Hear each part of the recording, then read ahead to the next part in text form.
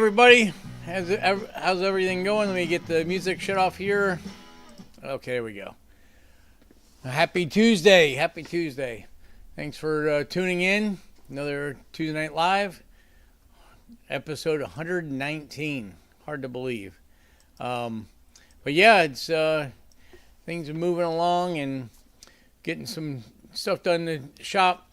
I was pretty busy this week, so I didn't really get any solid tech stuff done, although I got some stuff to show you, which is maybe not exactly a tech thing, but kind of just show you how I go through doing some of the stuff in the shop that I do. Wanted to give a big shout out to Ryan Lee. He's on the chat and on the show every week. His truck, or the truck that he did, was at SEMA.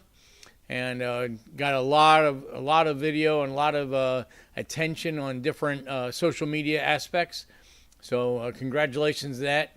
I am definitely going to put some a slideshow together. Ryan had sent me pictures during the build that we kind of kept under our hat. He wanted to keep everything under wraps until SEMA was done. So I'm going to go through. I got to download them to put it out there, but really excellent job.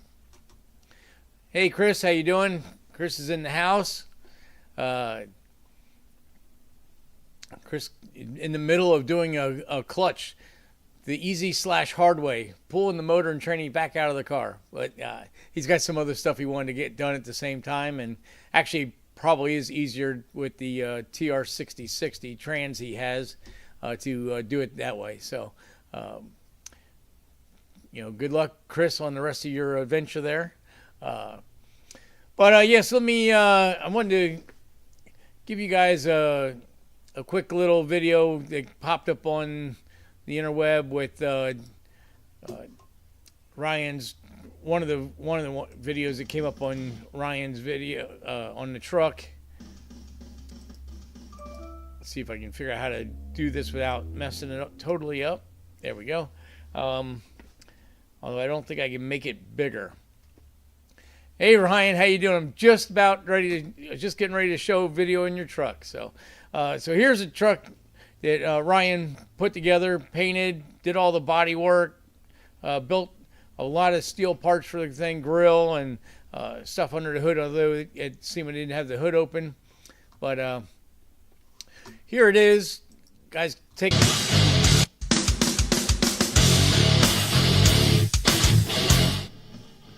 So that came out really nice. It's kind of a quick little blurb. That was QA1 did that one. Can't get it to stop. But yeah, so that was one of the videos that came up on there. There should be a couple others here. Let me... wasn't quite ready for multiples, so let's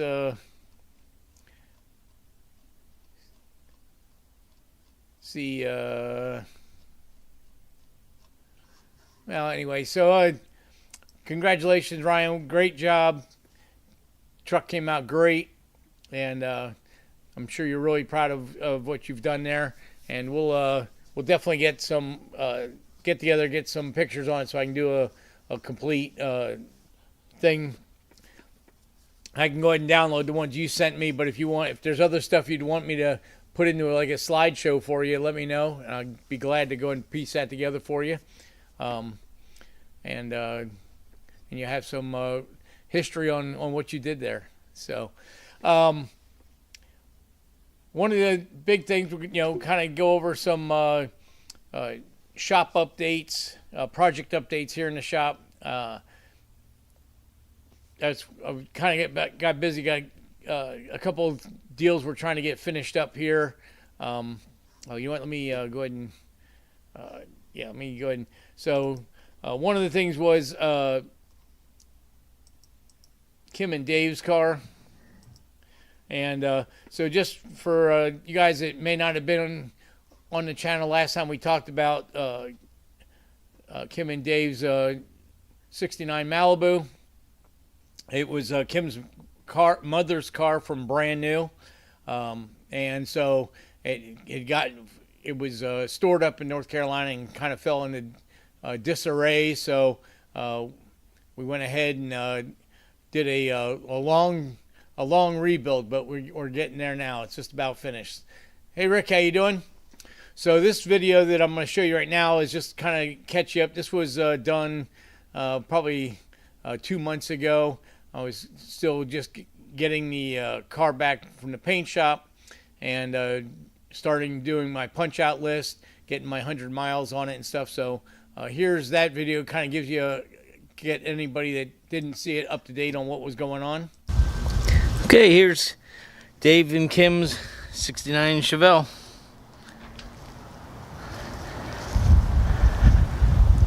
Just got back from paint, getting cut and buffed out on the car. Looking really good.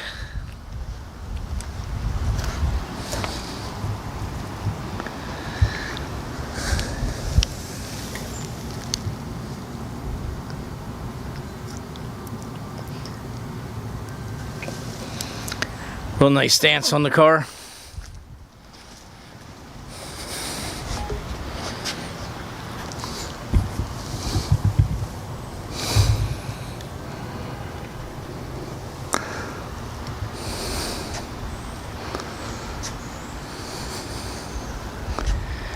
Got the interior all done. 6-way power driver seat.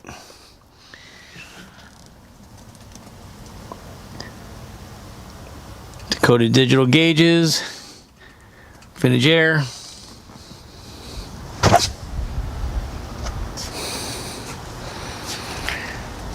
power windows and locks.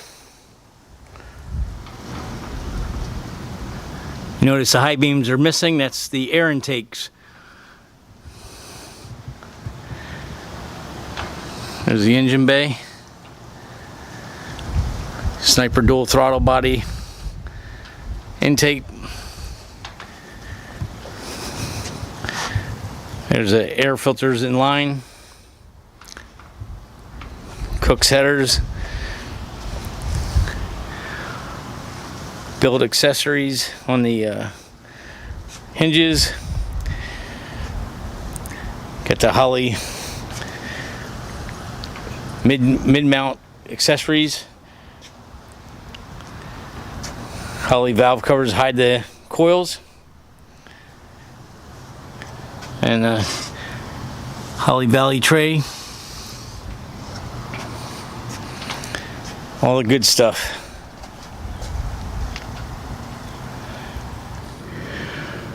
Complete Ride Tech suspension with coilovers, muscle sway bar.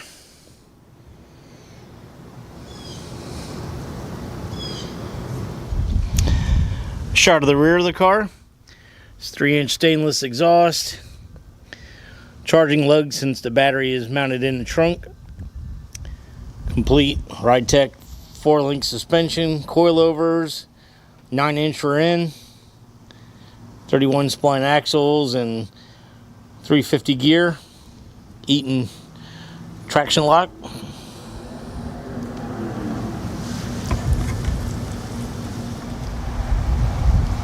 All LED lighting in the car. Wheelwood brakes with polished calipers. There's the front with polished calipers.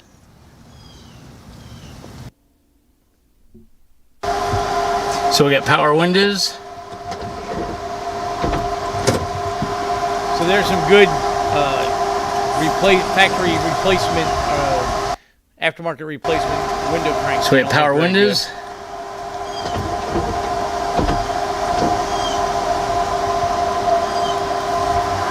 And we have power window switches over here.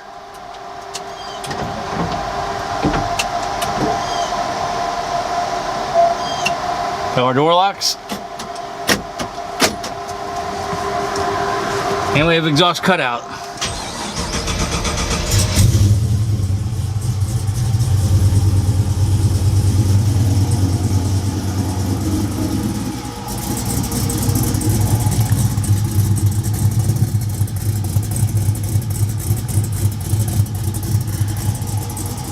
Good sounding exhaust.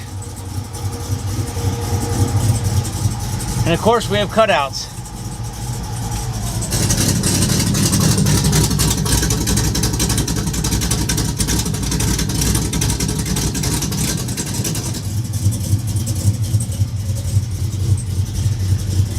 Everything's working really well.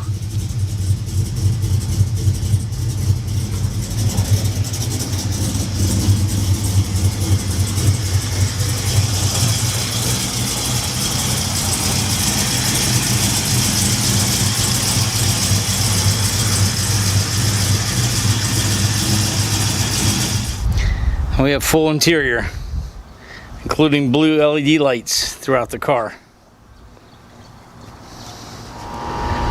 Overall, the car is coming out real nice. Still got some little fine tuning to do. Got to drive it about 100 miles, make sure we get all the bugs worked out of it. But it's going to be a real nice hot rod.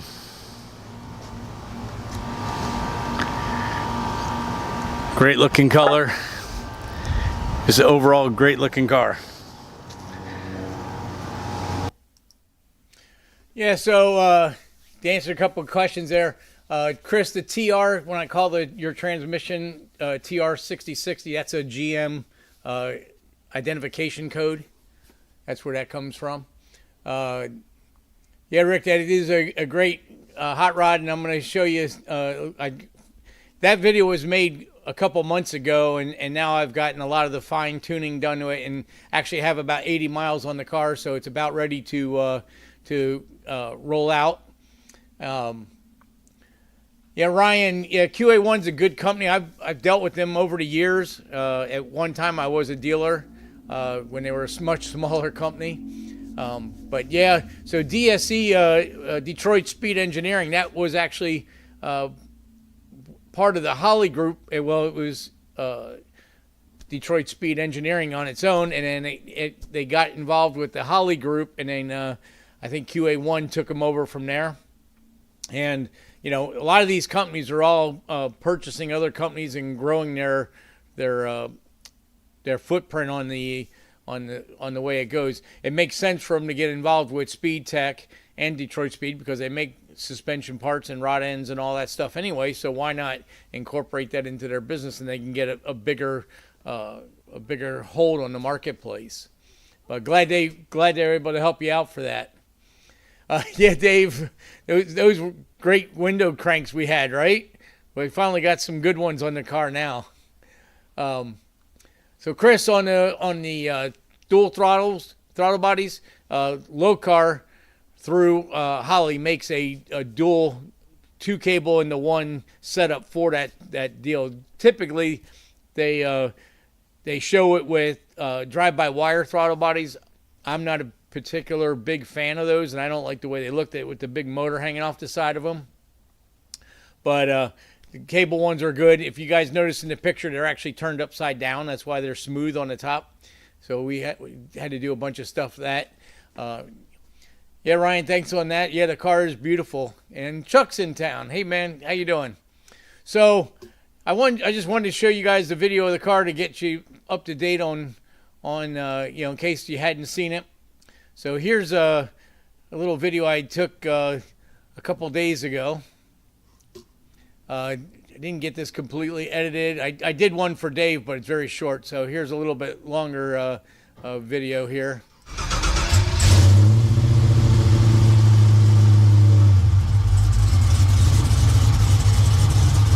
I ran over to MPR race engines to drop off Chris's clutch to get balance, so use Dave's car as a parts runner.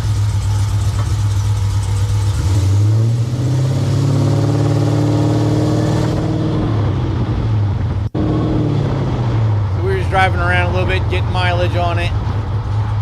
Like I said, I'm up to 75 miles on the car now, so we're getting pretty close to having this all wrapped up.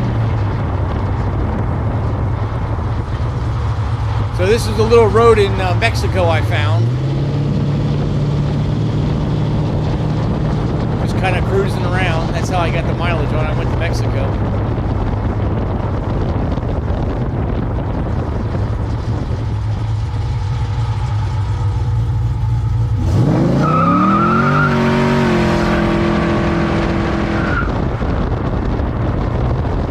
that 525 horse LS has no problems turning the tires. I didn't power brake or anything. In fact, it was even rolling. So the car's running really great. So anyway, so that was something I did a little video for Dave, so he could enjoy his the sounds of his car. But it's doing well. Everything's working out really nice on it, and got to make one more trip back to the body shop this week to get a couple little things finished. And I have to put a remote door lock in, and I believe that's all I have left on the car. So everything else is done. We put a new, I didn't get any video on it, but I put a new rear view, front face and rear view camera controlled mirror in it. Had to do some wiring and stuff in that, but I got that all sorted out. So that's all done. And, you know, making progress. That thing will be ready to roll. I'm sure Dave can't wait to get it in his driveway.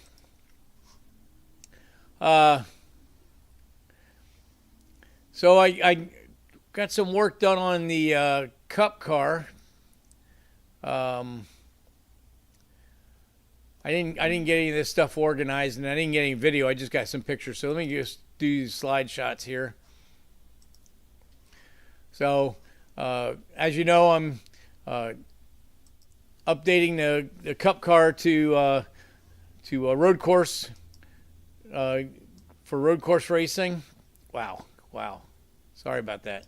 So I went ahead and got some brake ducts. I showed you guys a couple months ago. I made a fixture for forming the stainless mesh. You can kind of see it's kind of flushes out pretty good. But we got the grills in and all that. Come out pretty nice. There's the backside, and they're dual opening, so we'll have dual 3-inch hoses going to the brake caliper and to the inside of the rotor. That part has to be made yet, but it came out real nice. It's gonna do really good for getting the brakes cool when they're on the road course. So that's going to work out real nice. Let's see what. Yeah, so that's and this is going back on that stuff. And also been working on the radiator, so I don't have everything's a video on that. Let's see, I think I can we'll show this video. Yeah, so here's a video when I was well,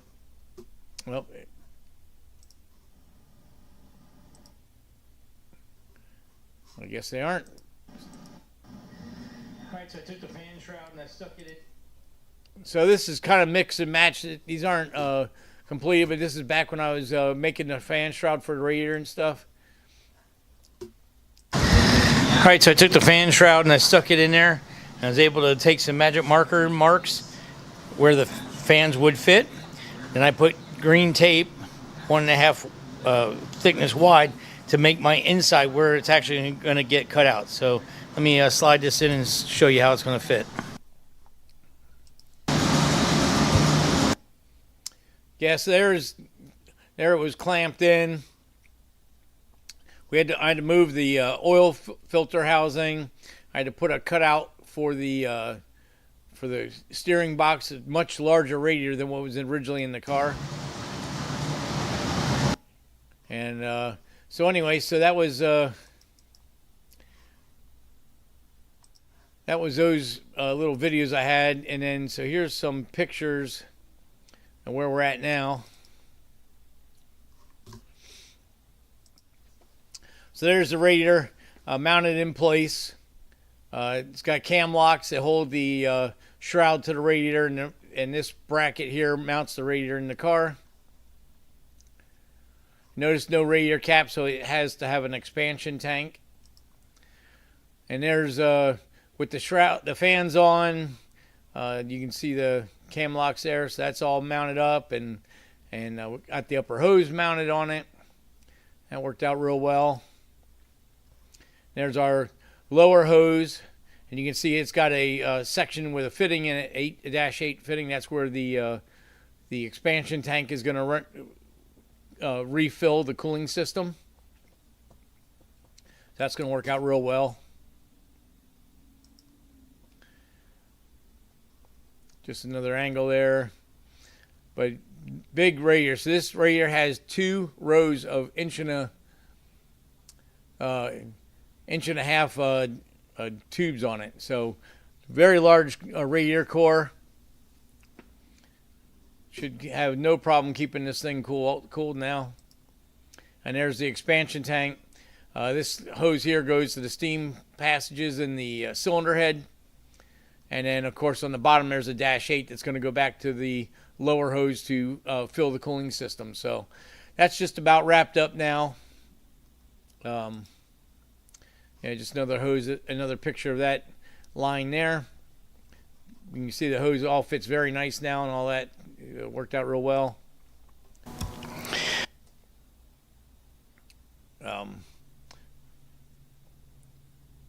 So yes, that's sorry.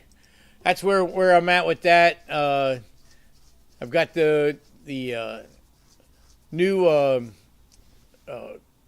window net installed. I got the new fire system, the fire extinguisher mounted. I don't have any of the lines plumbed yet, and I don't have the pull handle mounted. And I started replacing the one gauge on the dash that wasn't working was the water temp gauge, and I was able.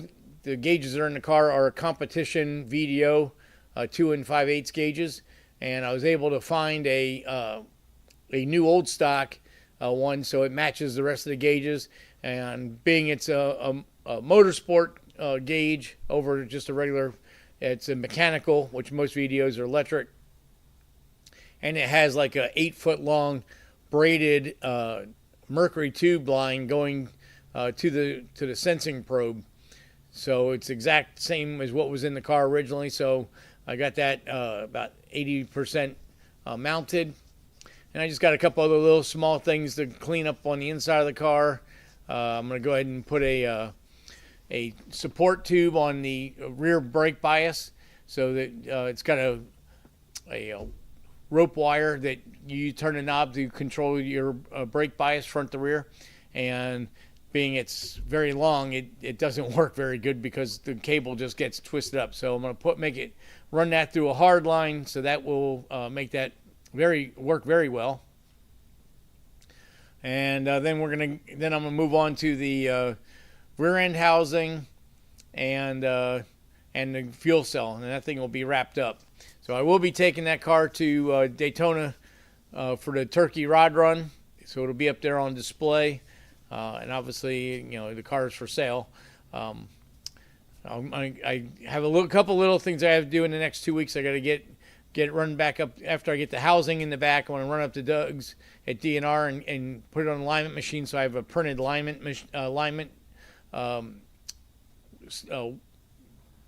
spec sheet to show the alignment, and we'll do a corner balance on it to show how the corner balancing is working now. So that all should be pretty good, and just more information for prospective buyers to know that the car is actually a true road race car. It's been converted properly. So we'll keep working on that thing and get that moving along. So I don't know if you guys could see in the pictures, the guys that are on here all the time, we did rearrange stuff in the shop. So the Cup car is up on the 2-post rack where the T-type has been resting for a very long time. And I've got the T-type on the 4-post rack where normally I do the most of my work. There's a lot more room around that rack, and the car sits at ride height, so it just makes things a lot easier for when you're doing assembly work. So I went ahead and got working on the dash of the car. So let me show you some pictures of that. And this will kind of lead up to our little bit of a tech section on that. Yeah, I see Dave says alarm. Yeah, the remote for the door locks and alarm. So here's the T-Type as it came into the shop. So somebody had already done a heavily modified dash cluster to this thing. So it still had your idiot lights on this side of the cluster, but on this side they removed that to put all these autometer gauges in, and it had a side pod, and it had this scan master thing stuck on the top of the dash. It was just had stuff everywhere on this thing. So you can see it was kind of very busy. So we gripped all that out of the car. Unfortunately, when I did the initial parts ordering for this car, I hadn't seen the car. I was told it was a T-Type, and I needed to get a cluster so I could put the Holley dash in it, not knowing that the factory instrument cluster had already been modified heavily. So it made for a little bit more work, but I think the overall finish is going to be way better. So this is after I took all the autometer stuff out, and there's a bunch of stuff that's been cut away back here, so that's all going to be fine. Here's the original cluster that they chopped this side out to for the idiot lights, and this side they cut completely out to make enough room for all the autometer gauges. And you can only imagine the cluster of wiring. This picture doesn't show real good, but there is a bundle of wiring to operate all these gauges. So the Holley digital dashes makes life so much easier than all this nonsense. And for the amount of gauges that were mounted in this car, the Holley dash is cheap, because this car probably had $1,500-$1,800 worth of autometer gauges in there, and they're all electric, and all the pressure ones and everything, and I just don't think they work as well as CAN bus through the Holley EFI like the Pro Dash will do it. So this is the a 3D printed adapter I bought for the dash. However, because this was made for a stock dash unmodified, it left a lot of big gaping holes in the cluster. So I ran into an issue with that. So I had to come up with a fix. You can see here it does cover where the LED, where the idiot lights were on this side, but this whole bottom is exposed, and then there's a spot on this side that's exposed because they've cut all the surrounds out of the fascia on the dash. So when you put the dash fascia in, I didn't get a picture of it. So, but if you go back to this picture here, you can see how this is really thin, and it tapers there from where the Holley dash mounts to the bottom. And when you put this in, you can see there's a gap that's a lot more distance there. So there was a gap when there was in there. So what I did was I went ahead and made a cardboard template. I mean, this is typical of how you want to do any kind of modifying to a vehicle. The way I like to do it is I use this heavy-duty cardboard that you can get at Home Depot. They use it for covering like expensive floors and stuff when you're doing renovation work in a house. So it's a fairly thick cardboard. But I'll go ahead and I made it fit the bezel, which I didn't get a picture of it on the back, and then taped it to it. Then I stuck that into the car, and I took an X-Acto knife and trimmed the hole out so that the dash would go into it. Just some pictures here. So yeah, so I took this piece, was already mounted. I took the fascia in there with the cardboard, and then I just took the X-Acto knife and found the edges and trimmed that out. Kind of got a little out of order here, but that's what the 3D printed piece installed. So after I did that, I took that cardboard piece and I put it on a piece of carbon fiber. It's a piece of 060 carbon fiber, or I'm sorry, 040 carbon fiber sheet. I keep this in stock for making panels for race cars, and kind of just trimmed it out with a marker, and then stuck it in. I think I got a little out of order here, but I went ahead and trimmed it all up and stuck it in, and that's what the dash is going to look like when it's finished. Now, of course, it's the dash piece is only sitting in the carbon fiber, sitting in the 3D printed tray. Nothing's hard mounted yet because I still have to do all the wiring behind it. But at least I got that much of all the fabrication done, so that now that is ready for wiring and for final installation. Just a couple angle pictures. So I think it's going to come out real nice. The dash is going to surface mount on the carbon fiber. And obviously you can see it kind of hides everything. I do need to do a little slight trim right here to make the fascia go all the way tight against the carbon fiber, but it's going to look real nice. So that was a big deal to get finished up today, so I can keep moving forward on this project. This thing is kind of taking a life of its own. I didn't know I was going to be doing as much work as I am doing on this thing. So let's see here what these other pictures have. I got some other stuff because we'll just roll through these pictures. So here's a picture of the car in the shop when it was up on the other rack. There's a picture of the interior. Let me go back here.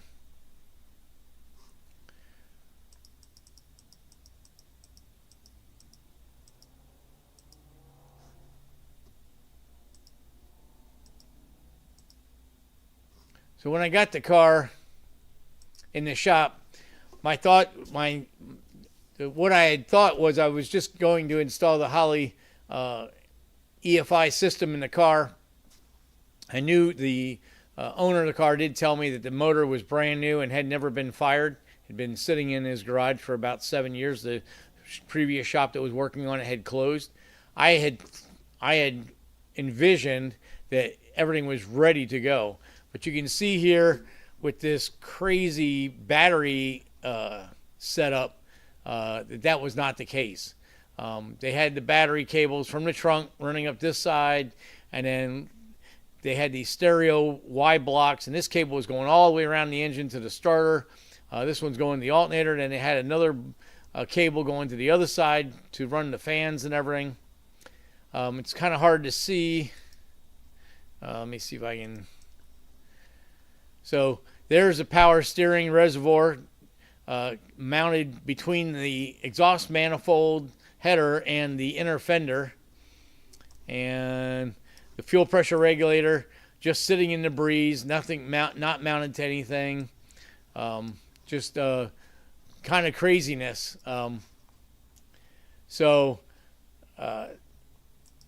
Had some work to get all that straightened out. There's another picture.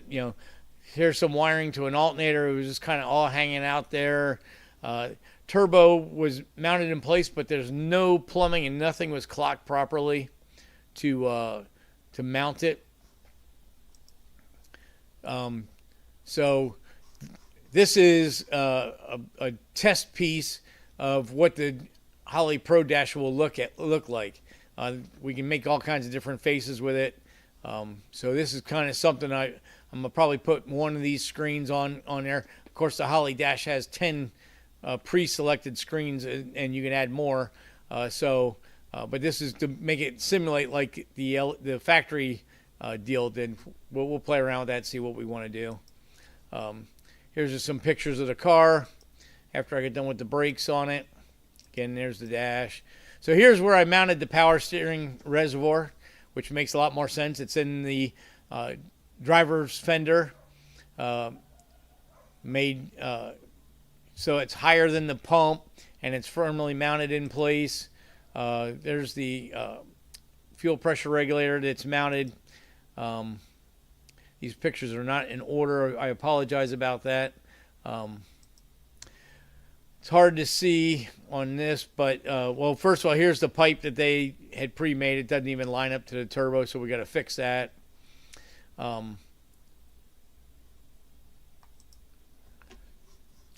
it's hard to see in these pictures, but yeah, it's too dark. But I had a mess of a time trying to get the drain lines set up. This is all the wiring harnesses that I pulled out of the car. So it still had it had a fast XFI in there, but it was with an adapter harness going through the stock wiring harness. So it had all these harnesses in there, a lot of stuff that wasn't even being used anymore. So I got rid of all that. There's all the excess battery cables that I pulled out of the car that weren't needed. It was all redundancy. Bunch of the stuff that I got rid of. Just a lot of clutter in the car. Some more of the wiring harnesses and the plug wires and stuff. So there's the dash when it was completely removed. Obviously you guys seen the parts going back together. These were just some of the, so now we're back in order. So here's the bracket that I made to hold the power steering pump, so it's firmly mounted. And then the two lines go through this inner fender section here so that there's a gravity feed back to the pump. So Chris, as far as body panels, there's a bunch of people for Novas. You got Harry's Glass, you got Fiberglass Unlimited, you have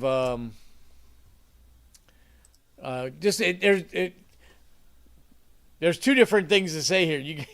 There's a bunch of companies that sell quality fiberglass parts, but there's also some that are race weight that won't mount on a street car. They're made to be Zeused on only. And then there's other companies that make replacement parts that actually will bolt onto the factory hinges and stuff like that. Harwood is one that makes a lot of quality parts for Nova.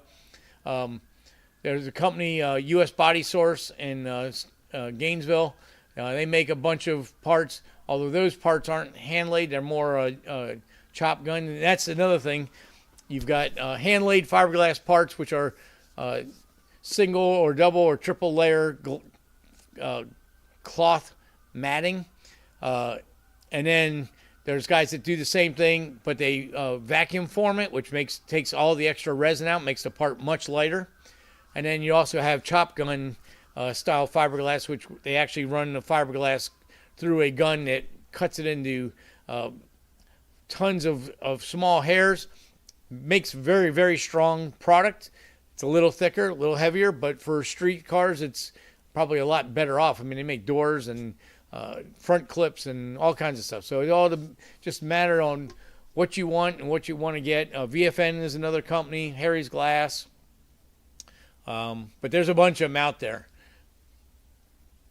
So, so that was, there's the bracket. There you can see how I went through the support on the inner fender, so that way the lines are gravity fed to the power steering unit, so that the fluid runs properly, won't have any cavitation issues. And you can see where it was mounted back here made 0 sense at all. Now it's up here, so that makes perfect sense. There's the regulator, which was mounted there already, but I went ahead and there's a side view. So I went ahead and fabricated this bracket that mounted to the inner fender. There was already factory mounts there. Not for this, but it worked out great. Here's the drain line. This was a huge effort to get this to work. There was no room with this turbo mount and this turbo style to get the lines in there, but I was able to finally get it done. It leaves the turbo housing, goes down, and there's a fitting in the block. but both fittings had to be threaded into one had to be threaded into the turbo, and one had to be threaded into the block. You couldn't use adapter fittings and stuff. There just wasn't enough room. The hose ended up only being 4 inches long. But now I got the oil feed line in, so I was able to prime the engine. So now that's all handled, and start putting all the components back together. There's a just representing where I'm going to have to cut that tube and replace make a straight section so it mounts up to the turbo. These are just some pictures of showing the owner of the car how clean everything's going to be when we're done. Kind of dark picture there. Oh, and these are pictures of the other pieces of plumbing that were made by somebody else that we're going to go ahead and straighten out. This pipe is a 4-inch pipe now. It was a 3-inch with a big connector hose on it, which didn't make any sense. The turbo's got a 4-inch inlet, so why wouldn't you run a 4-inch inlet pipe? But this pipe sticks way up over the engine. I guess they were trying to clear. I don't know what they were trying to do there, but we're going to go ahead and cut that and make it fit way tighter, because right now this hits the heat pad on the bottom of the turbo, or the bottom of the hood. So we got to straighten that out. There you can see they made this little hump here, and then it turns and goes back up again. No sense at all. So we're going to go ahead and fix that. And there's the other side. So we'll get that all straightened out. And there's, after I weeded out all the wiring, the factory fuel injection stuff, that's just a pile of everything there. So that kind of gives you guys up to date where I'm at with that thing. Making strong progress on it now. I've started today putting the AC wiring harnesses back in. I've got power in for the starter to the bulkhead. I get the booster back mounted, and then tomorrow I'll go ahead and finish up the fan wiring, and then we'll be ready to start doing the Holly harnesses. So making good strides on that thing. I'd really like to try to deliver that car before Thanksgiving, so we'll see how that goes, and then we can move on. And I got Scott's Skylark. I finally got the rotating assembly balanced, and I finally got all the components from Reactor, the new flex plate and stuff, so I'll be able to get started on that thing here shortly. Something else I wanted to show you, we were talking last week about anybody looking for a small block, because Scott's pulling the Vega apart. We're going to go ahead and take the small block 327 out of that, and go ahead and put a LS in it. So here's a couple little videos I made. These aren't edited. I haven't pieced them together yet. He needs to bring me dyno sheets and all of his records I want to add into this video. So, but here's just some stuff here.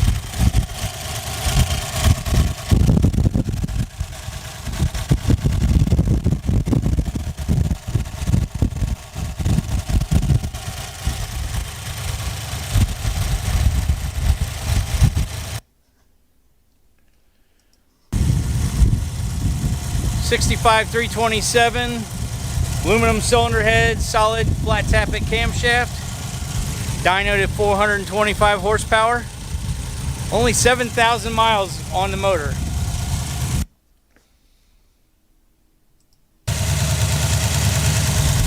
Car runs great. Motor's going for sale because we're replacing it with an LS. Also available is the Tremec TKO 500 transmission. Same thing, 7,000 miles. Brand new clutch. Hard to see, but it's got a steel bell housing. Speedway Motors, tight fit bell housing. So MSC distributor.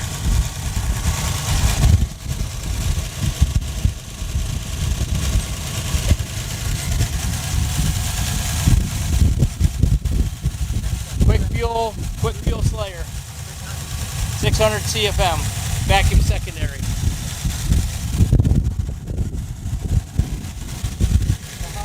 Distributor.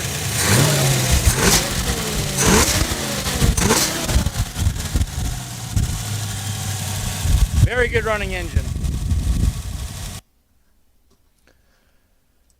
Yes, that's a little video I'm putting together for Scott. He's got the motor on.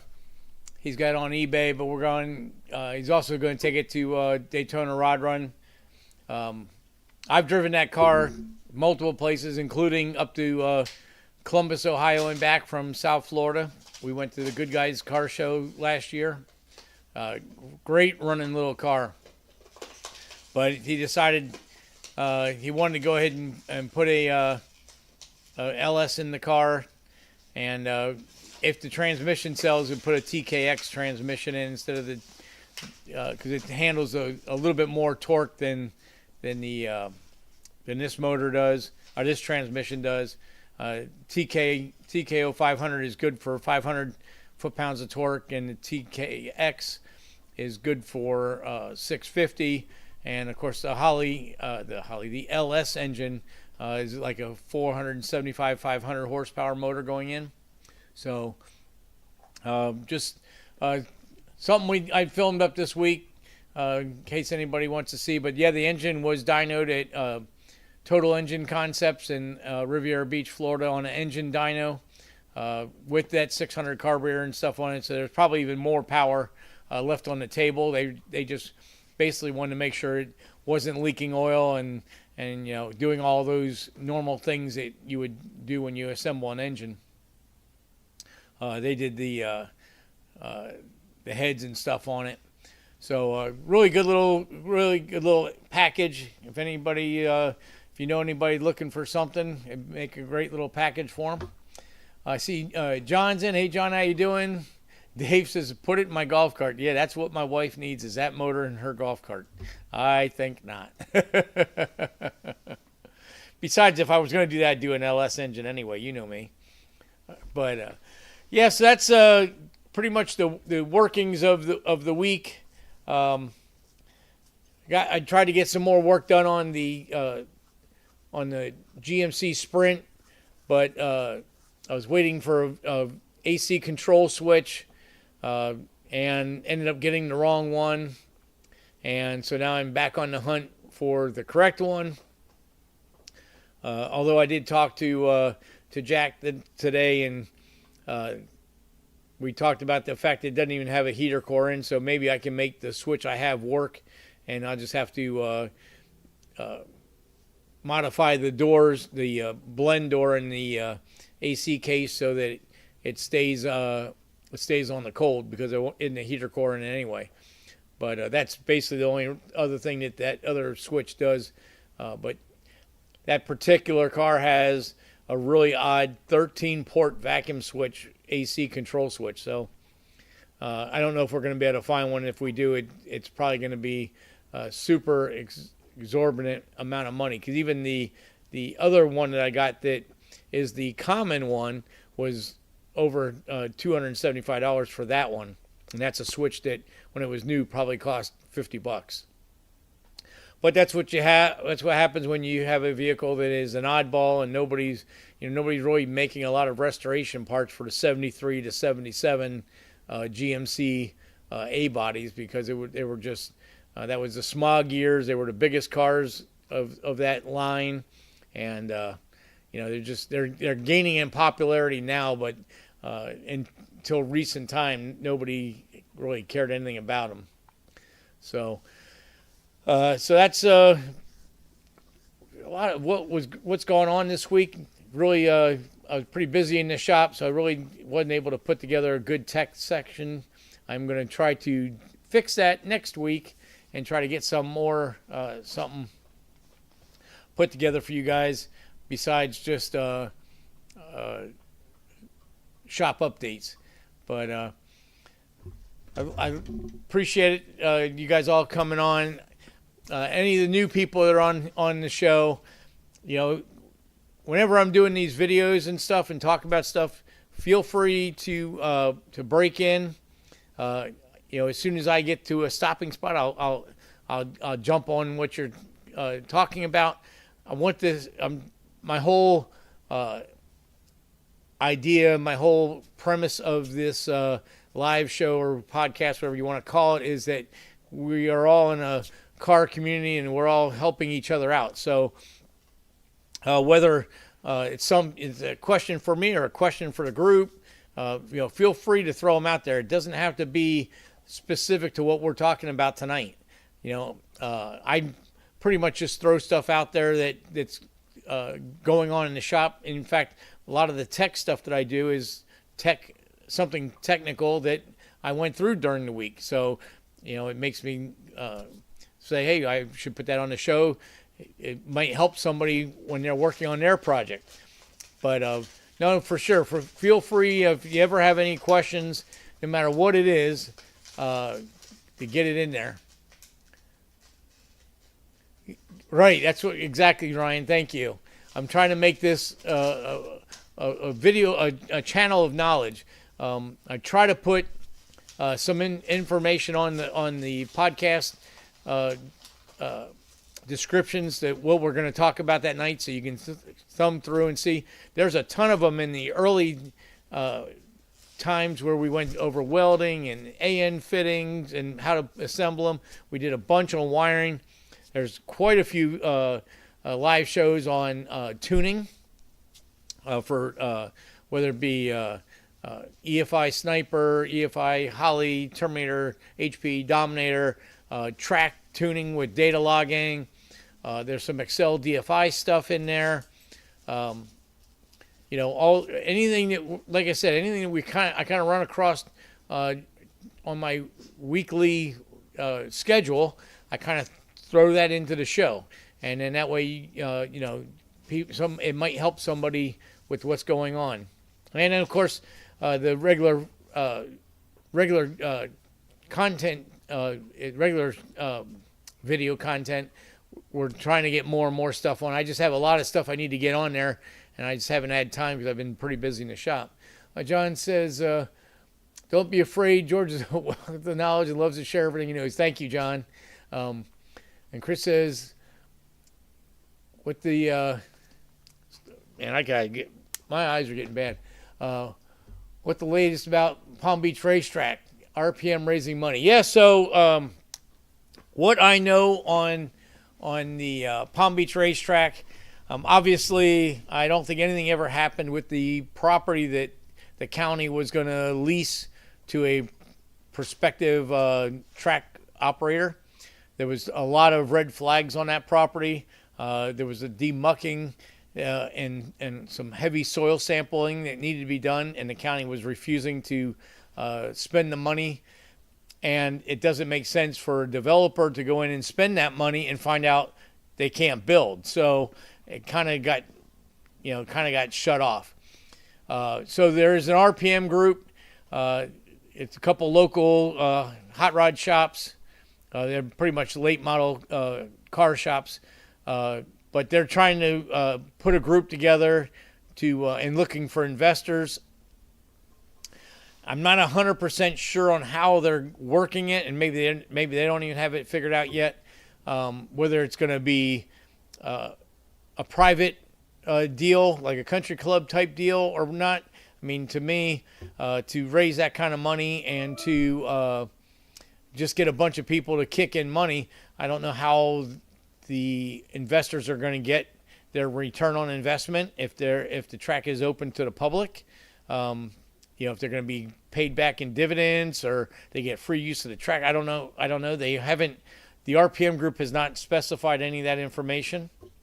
Obviously, the $60 million is a tall ask for that property.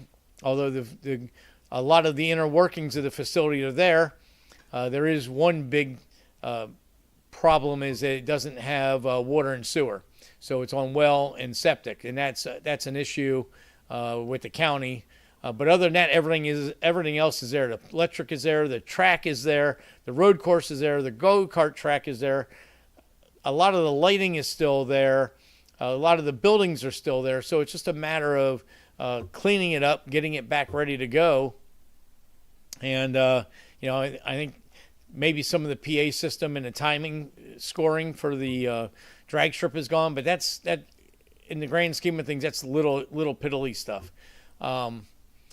But that's still a big ask. Now, the latest I heard on the property was that the realtor has now said make offers. They've removed the $60 million number, and it's been changed to make offers. I don't know if that means they're going up or maybe they're getting closer to wanting to sell. That leaves to be found.